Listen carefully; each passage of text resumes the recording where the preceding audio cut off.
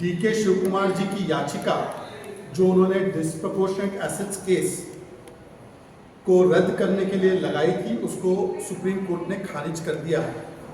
ये एक बार फिर से करप्ट कांग्रेस के लिए एक मुंह तोड़ झटका है। आज आईएनसी का भी मतलब इंडियन नेशनल कांग्रेस नहीं बचा। इसका मतलब साफ साफ हो चुका है, आई नीड करप्शन।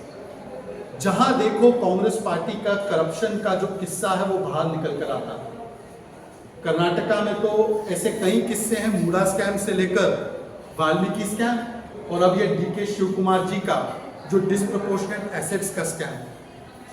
पर सवाल ये बनता है कि जो इंडी अलायंस ये सोचती है कि भ्रष्टाचार मेरा शिष्टाचार, भ्रष्टाचार मेरा जन्मसिद्ध अधिकार, और कोई भी कार्रवाई करे तो वो चिल्लाती अत्याचार अत्याचार।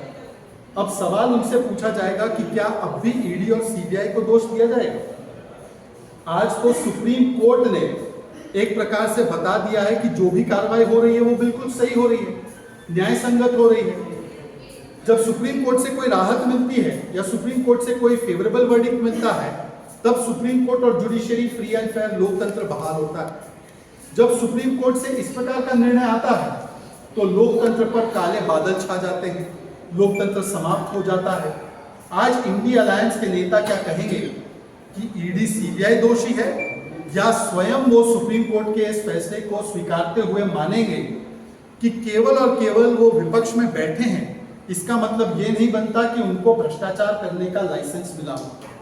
और ये कोई एक ऐसा लौता उदाहरण नहीं, ये जो अली बाबा और 40 चोर की मंडली है जिसका नाम है इंडी अलायंस, इसमें तो कई सारे नामी गिनामी और सुप्रीम कोर्ट द्वारा स्थापित चोर और करप्ट है।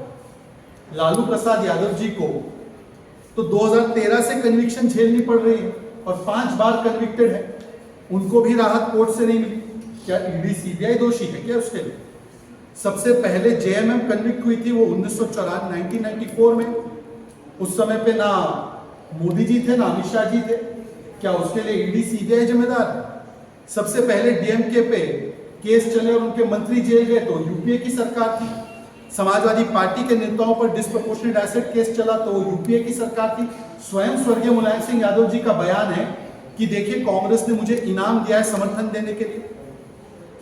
राहुल गांधी और सोनिया गांधी पर भी नेशनल हेल्थ केस चल रहा है और सुप्रीम कोर्ट तक उनको राहत नहीं मिली, वो बेल पर बाहर। मनीष सिसोदिया को भी अभी बेल नहीं मिली है, उनको भी जुडिशियल कस्टडी उनकी एक्सटेंड की गई। तो आज सवाल यह बनता है कि अपने भ्रष्टाचार को छिपाने के लिए कब तक विक्टिमहुड कार्ड खेल के कभी लोकतंत्र समाप्त हो गया या कभी ईडी सीबीआई का गलत इस्तेमाल हो रहा है, ये तर्क अपनाया जाएगा। और कम से कम अब नैतिक जिम्मेदारी अपनाते हुए डीके शिव कुमार जी को भी इस्तीफा देना चाहिए।